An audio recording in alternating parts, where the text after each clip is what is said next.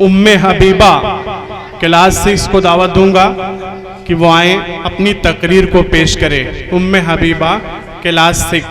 चमन अपना, वतन अपना, ज़मीन व आसमां अपना, जहां में सबसे प्यारा हिंदोस्तां अपना।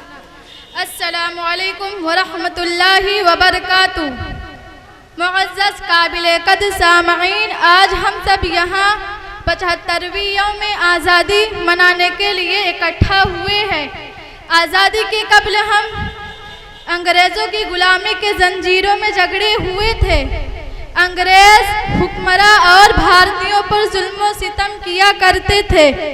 मुसलसल जद्दोजहद और कुर्बानियों के बाद हमारा मुल्क 15 अगस्त 1947 को आज़ाद हुआ और भारत से अंग्रेज़ों की हुकूमत का खात्मा हुआ।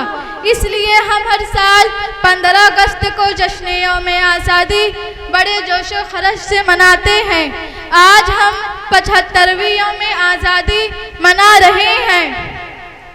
आज की इस खुशी के मौके पर हम खुलूस व मोहब्बत के साथ इस लड़ाई में हिस्सा लेने वाले वतन के अज़ीम रहनुमाओं और शहीदों को याद करते हैं, जिन्होंने इस मुल्क के लिए अपनी जान की कुर्बानी दी, डंडे लाठियां खाई और कई बार जेल गए और अपना सब कुछ इस मुल्क को आज़ाद करने के लिए कुर्बान कर दिया।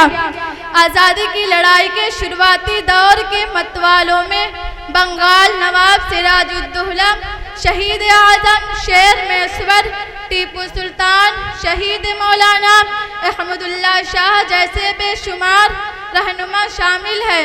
इनके बाद आज़ादी हिंद की तारीख का निहायत ही इनकलाब आमोज बाब है। रेशमी रुमाल तहरीक, इस तहरीक का नतीजा था कि क्या मुसलमान हो क्या हिंदू, हर किसी के दिल में जालिम अंग्रेज़ों को भारत से बेदखल करने की उमंग पैदा हुई। इस तहरीक के बानी मौलाना उबैदुल्ला सदी थे, जिनकी क़ियादत में मौलाना महमूद अल हुस्न मरहूम थे। अंग्रेज़ों को भारत से बाहर करने के लिए हमेशा से मुतहर्रिक रहते थे। इस तरह आज़ादी के इस तहरीक शहीद अशफाकुल्लाह खान, शहीद भगत सिंह, महात्मा गांधी, मौलाना अबुल कलाम आज़ाद, पंडित जवाहरलाल नेहरू, डॉक्टर बाबा साहब अम्बेडकर वगैरह ने आगे बढ़ाया। ये लड़ाई भारत मुल्क की इज्तिमाई लड़ाई थी। अंग्रेज इस इत्तेहाद को देखकर भारत छोड़ने पर मजबूर हो गए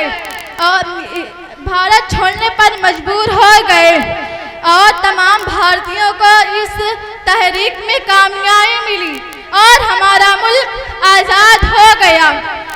आखिर में मैं इस शेर के साथ अपनी तकरीर ख़त्म करना चाहूँगी। वफादारी वतन से हो, वफादारी वतन से हो, यही कहता है। हम अपने दिल के